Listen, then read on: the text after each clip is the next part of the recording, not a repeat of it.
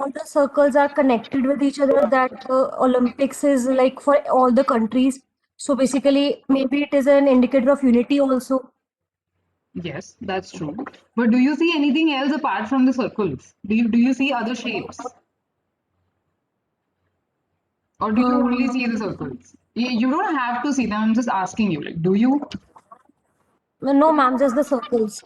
just the circles, right? Anybody else who thank you? Anybody else who can see different shapes or anything in between these circles?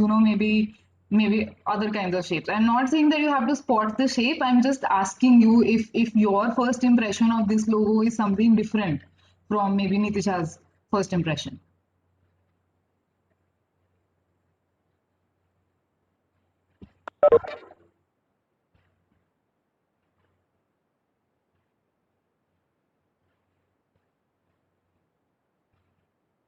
Ma'am, there's a rectangle in which all these circles are kept.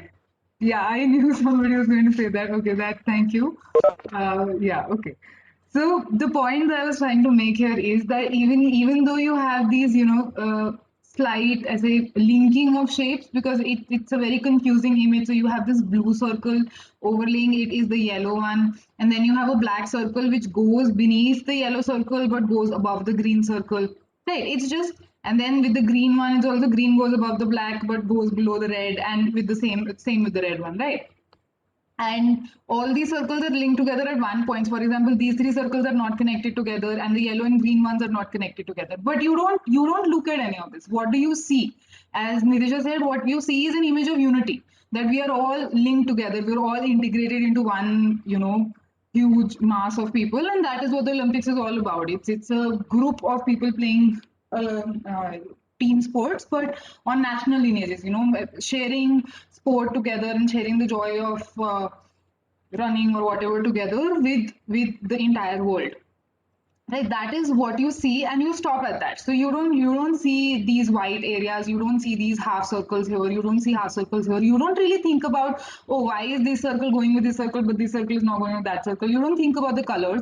You just look at five circles and you look at them interconnected, and you think of them as a chain, which is what the image here is supposed to be like. Same with the case of Doordarshan. You look at this incomplete circle and you get the image of a circle. So you're looking basically at parts of a circle. Here also you're looking at five separate circles, but what is the whole message that you're getting? What is the overall message that you're getting, which is of a shared uh, community, right? Then let's go here. So if this is a clock, it's in the common position of 10-10, which is a position the most clocks are in. So any comments on this, Ananta?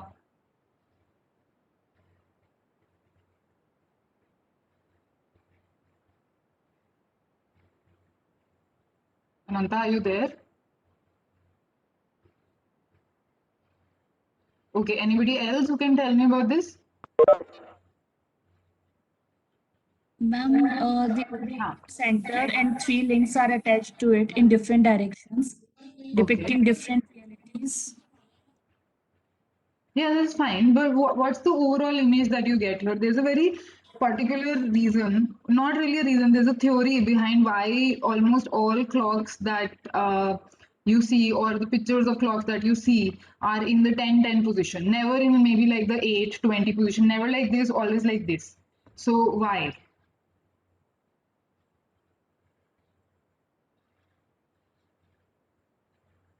Any guesses?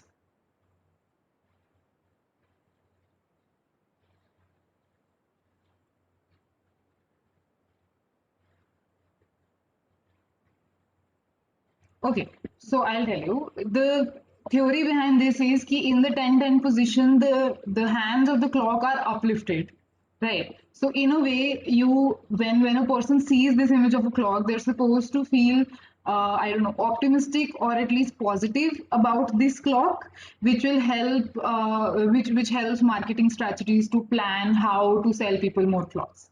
Right, that's the idea behind this. I don't know if this works or not, but I've bought a lot of clothes in my time, so maybe it does. So 10, the position 10, is supposed to signal like a smiley face in some way, an uplifted face, because the clock is round. It's supposed to have eyes and it's supposed to have a mouth, and this mouth is supposed to be in an upturned position. I knew this wasn't a hard one to get, but I am just trying to tell you here that even in a clock, when you see all these different letters, you see all these different numbers, you see different hands, the overall impression that marketing strategy is trying to give to you is that of optimism, of positivity, of happy feelings. So you go and you buy this clock, right? Let's come to the next one. This is a very simple thing. What is this? This is the old logo for Amazon, and what do you think about this? Anybody? Ma'am, it simply represents that Amazon sells everything from A to Z. Yeah, so basically, what does it mean that Amazon has everything from A to Z, right? But how is it telling you it says Amazon? It could have chosen any number of words which had the letters A and Z. It goes with Amazon because Amazon is supposed to be this huge jungle, unexplored, full of undiscovered species. It's supposed to be exotic. It's supposed to be undiscovered yet, right? So it chooses the name of that this huge expansive tract of tropical rainforest, and then it takes A and it just simply has an arrow linking it to Z. So it could have done it with the second A also. It could have linked it here to here, but no. It is giving you what is it doing? The arrow is taking your eye from the first A till the last word, and with that image, it's telling you that I have everything from A to Z. So there's nothing that I don't have, and so come and shop on Amazon's platform, right? So what is this also doing? It is telling you not only to look at the separate letters of the word like A, M, A, Z, O, N, but also giving you a comprehensive image. The overall image that you get is yes, that Amazon does have everything.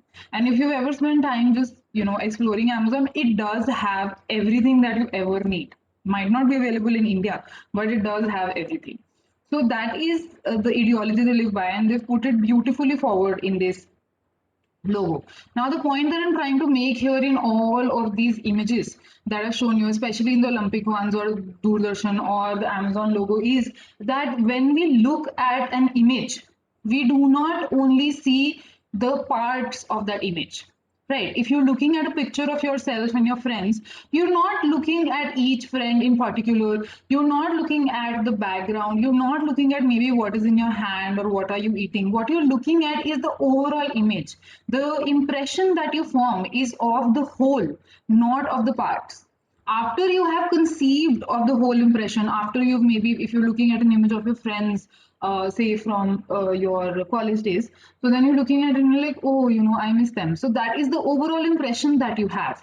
उसके बाद you start to dissect the image, you start to look at it in different parts, you start to look at it in different, start to look at yourself and then your friends, and then maybe notice where that image was taken. So you start looking at the background, maybe you were eating something, or you were going somewhere. So all of those things are secondary. The first thing, the first impression that you form is always of the whole, never of the parts. The same case here with Amazon. The impression of the whole is key, everything from A to Z. You're not thinking about the Amazonian rainforest, you're not thinking of anything else.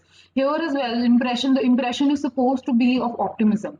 In the Olympic image, also the impression is supposed to be of unity and integrity. You don't really care why there are only 5 circles when there are maybe, more than obviously 5 continents, there are around 6 or 7 continents. So why are there only 5 circles? There should be so many circles. There should be circles to represent every country. You don't think that way.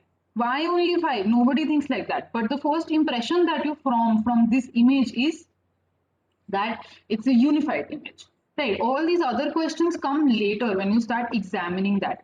With Doordarshan also, so you see this in the middle, and then you see this kind of infinity thing going around and around, in a loop. As he said, ki it has no beginning or end. That is Doordarshan, what Doordarshan is trying to tell you.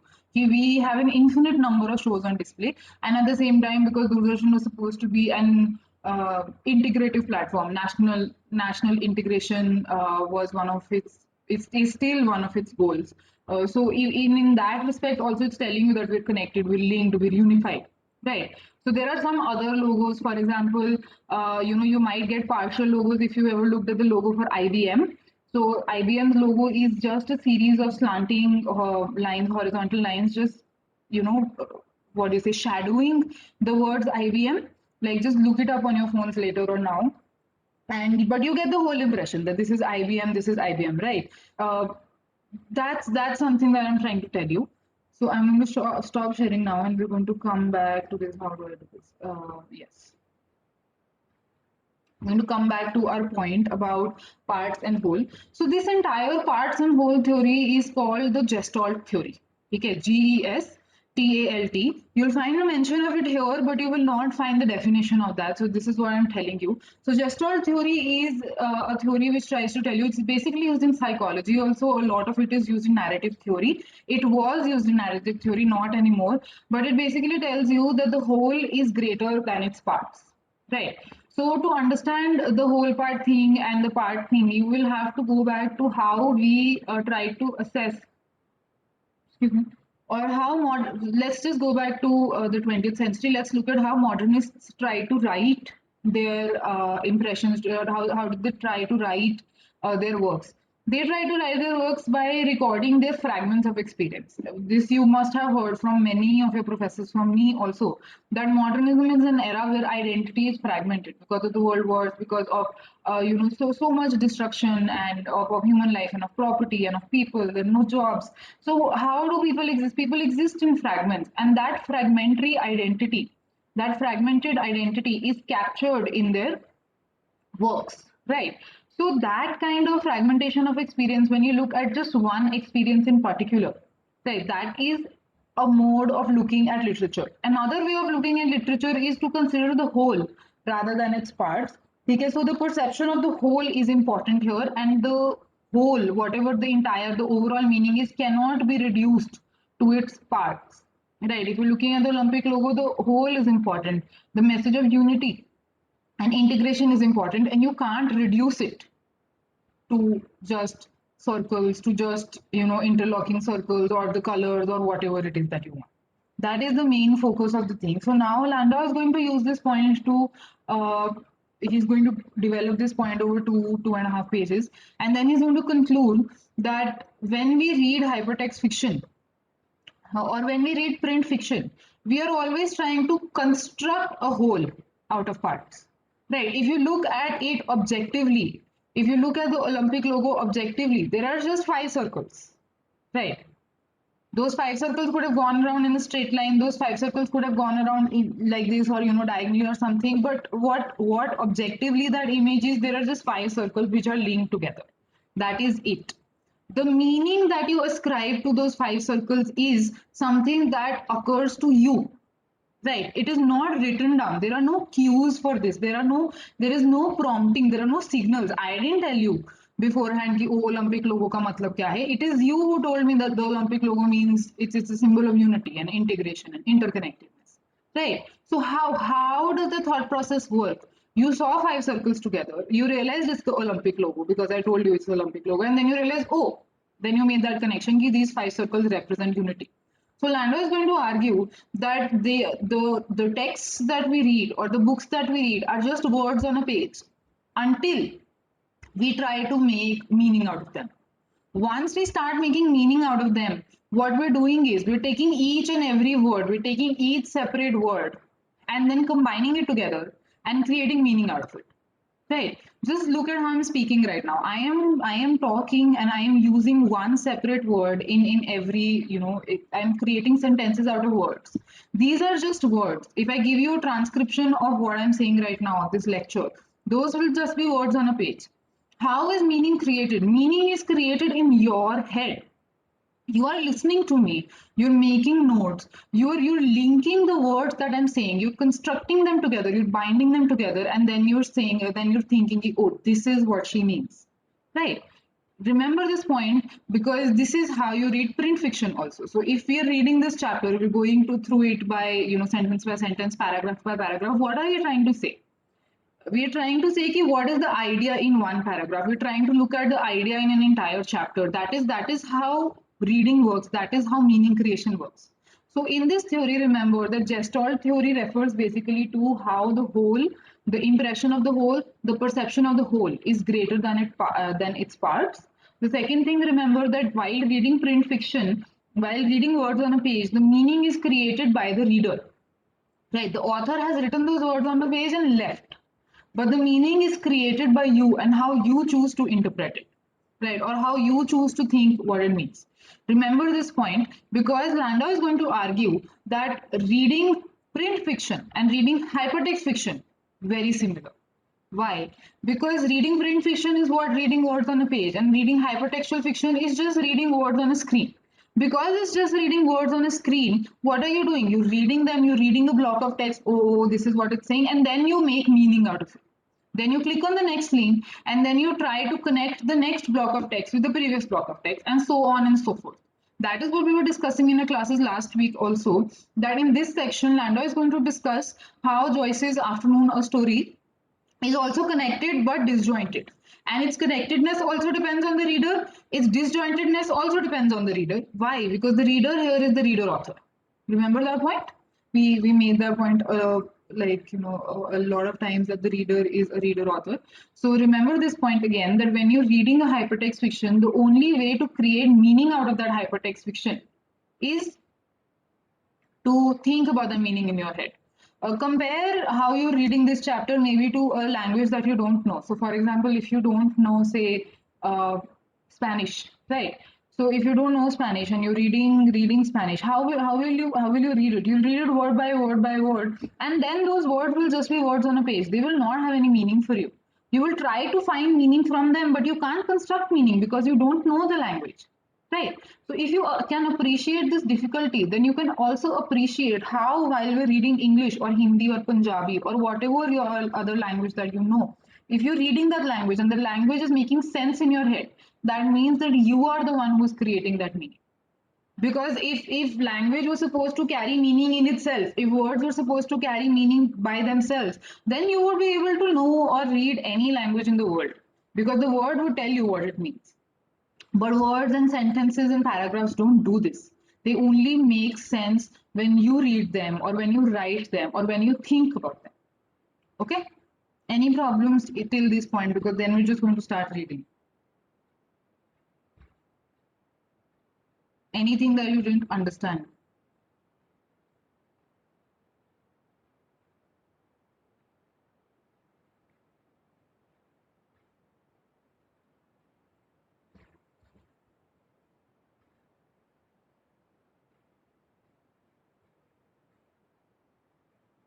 Okay. Let's start. We are on page 232, the second paragraph. As J. Hillis Miller points out, J. Hillis Miller, one of the he's a deconstructionist, but he was one of the very early people to be deconstructionist. So he heard Derrida speak, and he was at the forefront of the post-structuralist movement. But he's in the curious position of also being a structuralist and a post-structuralist, right? So Hillis Miller points out that we cannot help ourselves. We must create meaning as we read. Yeah, you can't stop creating meaning. Just like you cannot create meaning out of a language that you don't know. If I start reading Spanish, I will not know what it means. You cannot also stop creating meaning when you read a language that you know. So if I'm reading something, if I'm reading this, my brain is automatically, okay, it is involuntarily going to start creating meaning. I can't say, okay, stop brain, I don't want to listen to any more meaning, I don't want meaning, I just want to read. It doesn't work that way. You read and you understand. It's an interlinked process. You can't separate it. Right? Try doing this. Try just reading something in your hand and then not trying to understand its meaning or not trying to know what it means. It's impossible. It cannot happen. Once you know a language, you will always be constructing meaning. Right? There might be difficulty. For example, if I start writing English the way the Urdu is written, in the opposite direction. If I start writing this in the opposite direction, then maybe you might have a problem. If I start reading this paragraph, if I say we ourselves help, cannot we, then it might be difficult for you to create meaning. But even then, if I say these words, you will understand what they mean. So the process of creation of meaning is involuntary. We acquire it as soon as we acquire language. As soon as you have a language, you have the process of creation of meaning. As long as you're proficient, obviously, in that language, you need to know that language to be able to create meaning. Once the process is started, it cannot stop. A story is readable because underline this. A story is readable because it can be organized into a causal chain. A causal sequence is always an implicit narrative organized around the assumption that what comes later is what comes before Post hoc, propter hoc. Post hoc, propter hoc just means before and after. So basically, what he's saying here is that it is easier to read a story. And remember that when I talked to you guys about when you first came to MA, now I'm doing the last semester, it's difficult to believe. But when you first came to MA and your teachers must have asked you, I also asked you, are you enjoying the course? And many of you said that we miss novels and we miss stories because this course is too theory based. Why do we love stories so much? Why do we love novels so much? Why? Because they tell us stories. It is easier to remember stories. It is more interesting to read stories. Why? Because they are linked. And these theoretical essays are not really linked. You have to really think about them. You have to create meaning, right? But stories are linked. Stories are linked in a causal chain, a chain of cause and effect. This happened, okay, so therefore this happened, and so on. This is what he's saying. This is the attraction of stories. This is the attraction of narrative, that they are connected as links on a chain because they follow the cause and effect narrative. If something happened before this, something will happen after this. Come to the next paragraph. Miller's idea of reading printed text, which seems to owe a great deal to Gestalt psychology's theories of constructionist perception, things that I've been telling you about, that the whole is greater than the part. So in psychology, how was this theory used? Now, in psychology, the theory was used that you looked at particular experiences of childhood, of adulthood, and then you brought them together to understand the psyche of a person. Right. This is very important in psychology. Even today, experiences from a person's childhood, experiences from a person's teenage years, all of these are added together, okay, and they form an image of a complete person. So these particular episodes are used to create the whole person, and this is why psychology, Gestalt theory was also very famous in psychology. You're free to look this up. It's a very interesting topic. So, but I want you to use this word gestalt when you're talking about whole and part relationships. This is why I devoted so much time to make you understand it. So I don't want you to write your answers just that the whole is greater than the part. Use the proper terminology for this. Okay. Gestalt's, the psychologist's theories of constructionist perception, well describes the reader-author demanded by Joyce's Afternoon and other works of hypertext fiction. According to Miller, reading is always, this is important, reading is always a kind of writing or rewriting.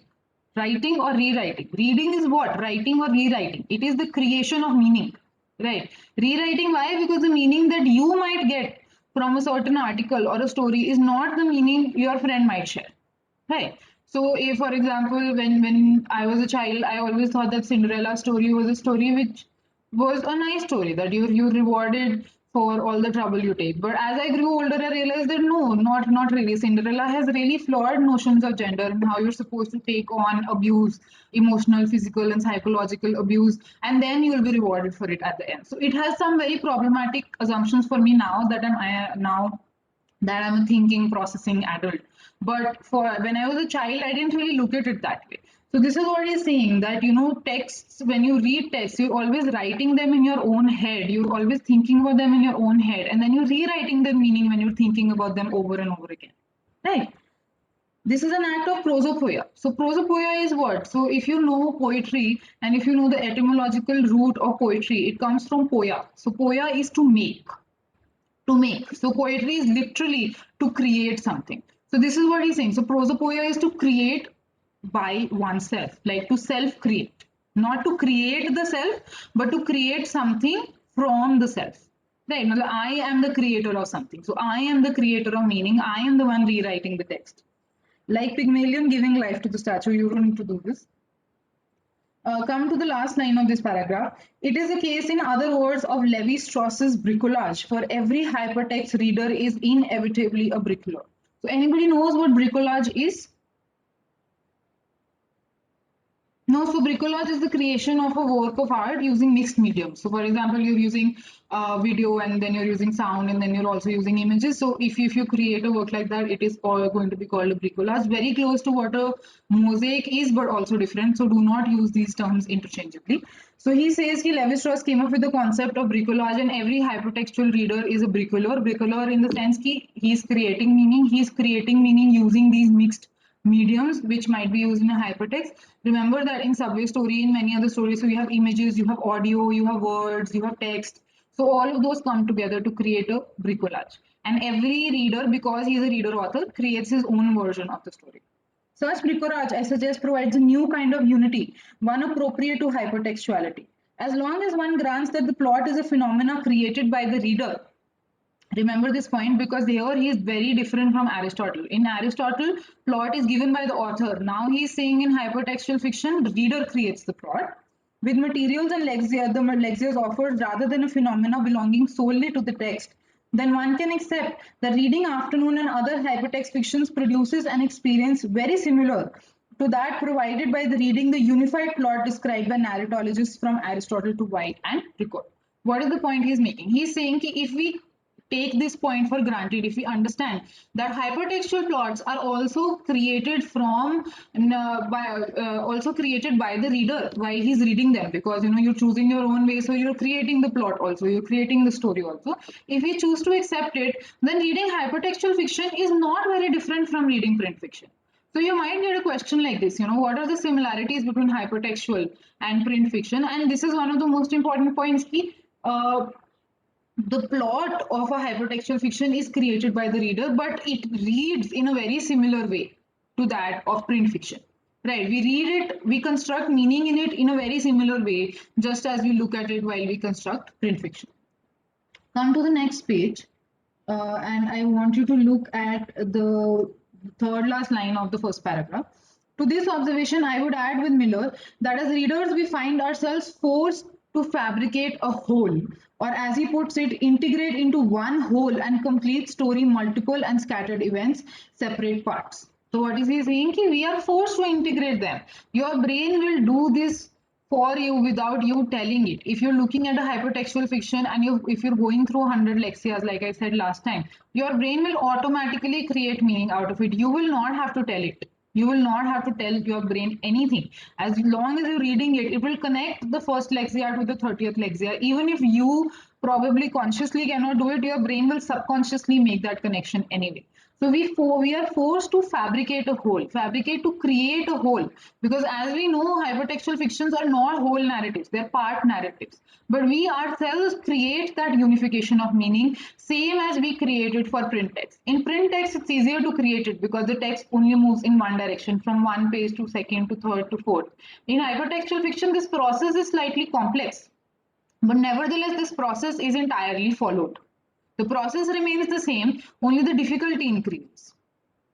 Hey, come to the last paragraph and second last paragraph on this page.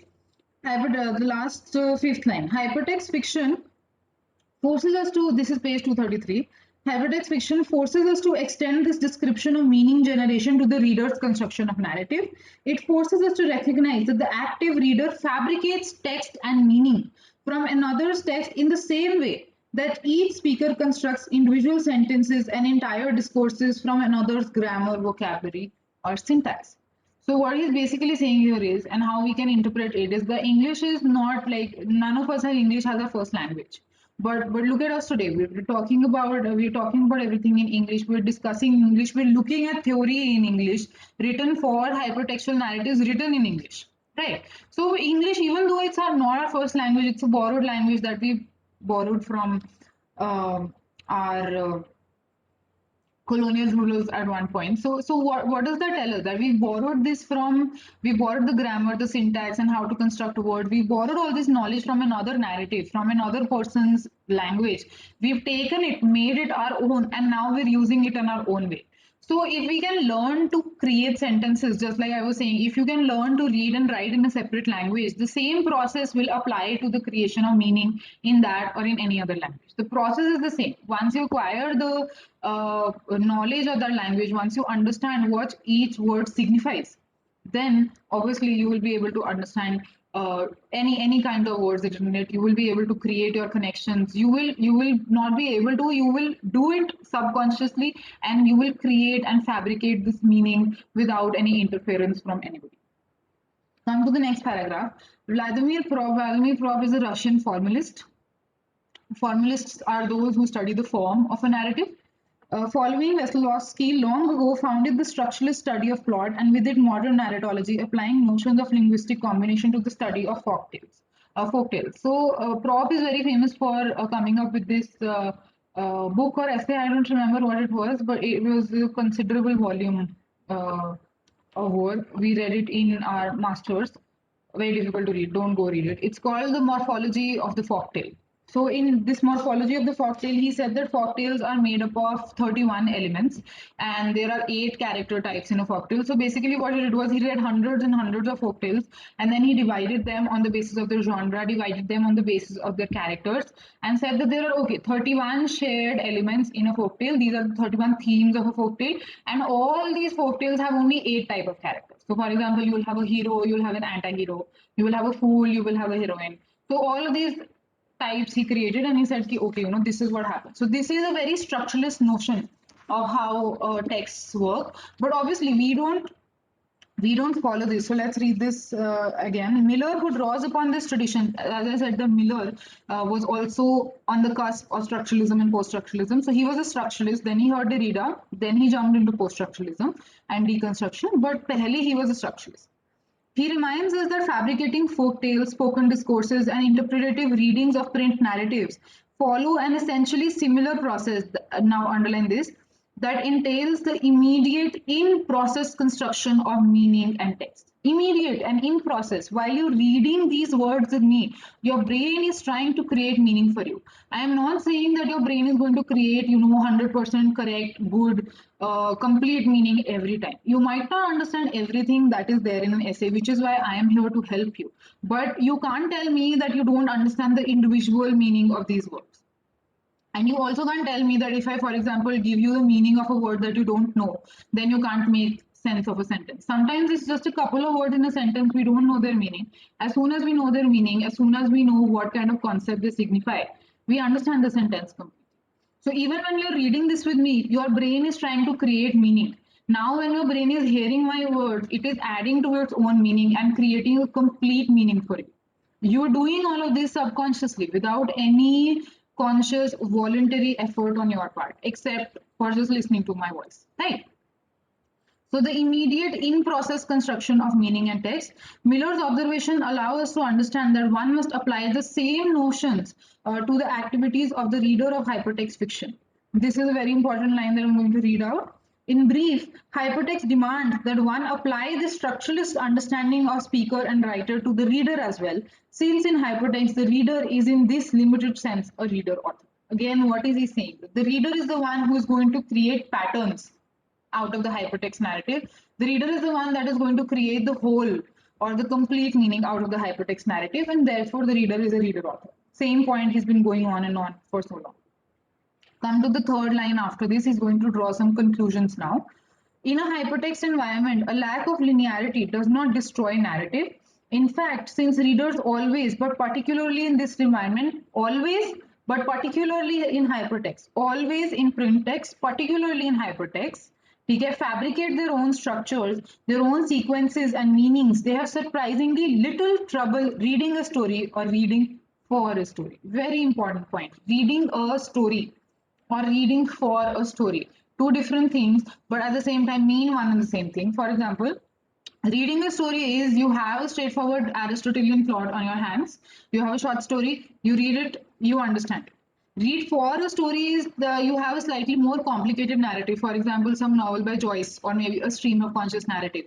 So you have these narratives on your hand. You read it and you're reading for a story. You're reading to create meaning. You know meaning creation is going to be difficult. So you're reading for a story. You're reading to find a pattern in that story.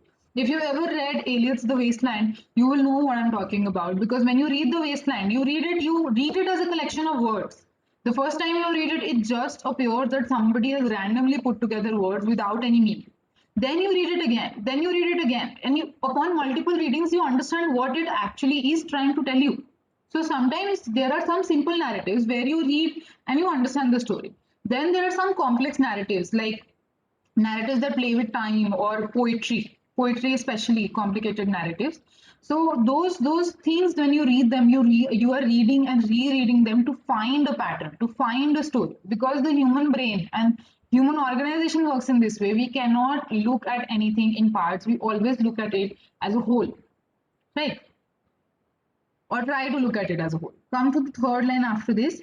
Reading hypertext fiction provides some of that experience of a new orality that both McLuhan and Ong have predicted. This new orality is not a very difficult thing to understand. This new orality is basically the idea that if I change language, the meaning will change. If I say I have a cat in my bag, okay, if I say I have a cat in my bag, if I substitute, the word cat and bag, if I say I have a bag in my cat, now that forms a very horrible meaning, right? So new orality is basically an idea that the substitution of some words in a language, the substitution of some words in a narrative can change the entire meaning of a narrative, which is true. Right. Although the reader of hypertext fiction shares some experiences one supposes with the audience of listeners who heard oral poetry, this active reader inevitably has more in common with the bard who constructed meaning and narrative from fragments provided by someone else, by another author, or by many other authors, which is in the case of hypertext fiction. Come to the last paragraph, नीचे से sixth line, या ऊपर से fifth line on page 234. In part, it is also a matter of endings. When the reader decides to stop reading Afternoon, he or she ends or kills the story, because when the active reader or the reader author stops reading, the story stops. It dies. It has reached an ending. As part of that cessation, that willingness to stop creating, remember prosopoia? Prosopoia, I told you, poetry is the creation of meaning etymologically, and prosopoia is the creation of meaning by the self. So when the reader stops creating meaning on his own, that is when the story ends. We've discussed this point of closure, that closures and beginnings are very difficult for hypertextual fiction. But once you stop reading a hypertext fiction, that is what Landau is going to call its closure, because you have stopped creating meaning. You have stopped looking for meaning, and that is the closing point. That is how an hypertext fiction is going to end. That willingness to stop creating and interpreting the story, certain acts or events in the story become deaths because they make most sense that way. And by stopping reading, the reader prevents other alternatives from coming into being. This is what happens when you finish a book. What do you do when you finish a book? You not only finish the story, but you also finish reading that story. Right. Once you finish reading that story, you're not going to go back to that story, or maybe you'll go back to that story, but the story is not going to give you any more meaning than it did before. Once you stop reading, that's the end of the story for you. Same goes with hypertext fiction. Once you stop reading a hypertext fiction, that is the end. That is the point of closure. Nothing is going to happen after that because you stopped reading and you have stopped creating it. So this is a discussion that we've had of Afternoon Story. So he's talked about beginnings here. He's talked about endings also. He has illustrated all the theoretical points he was making, and now he's illustrated them through the example of Afternoon Story. He's talked about disconnection. He's talked about interconnectedness. He's also mentioned gestalt. He's also mentioned the creation of meaning, how readers are reader authors. So if you get a question, say on readers authors, or if you get a question on readership, what you need to do is you need to quote examples like this, the ones that we've discussed, right? And look up the URLs that I shared with the first presentation that I gave you, and look them up and try to really apply whatever we've discussed here, right? Any questions at this point?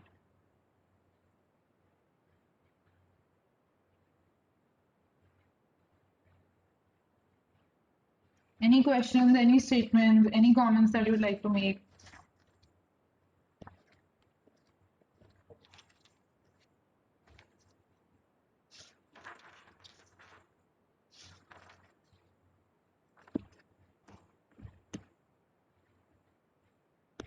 Okay, I hope this was an easy enough point to understand. So tomorrow we'll focus on the next section on Patchwork Girl and try to finish it if we can. And I'll see you guys tomorrow on the 16th. All right. Bye. If you have any questions, you can always text me or whatever. I don't know how many of you are actually listening.